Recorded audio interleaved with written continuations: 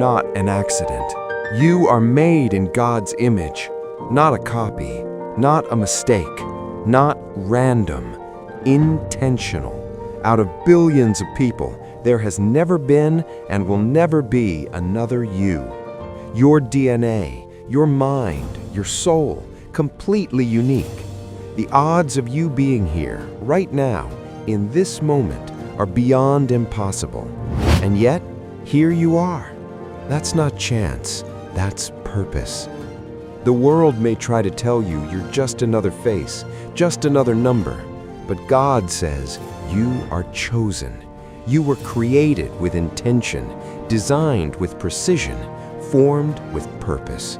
There is something in you this world needs, a calling, a gift, a reason.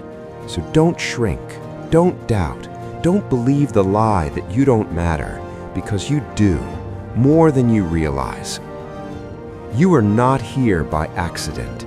You are here on purpose. And once you realize that, everything changes.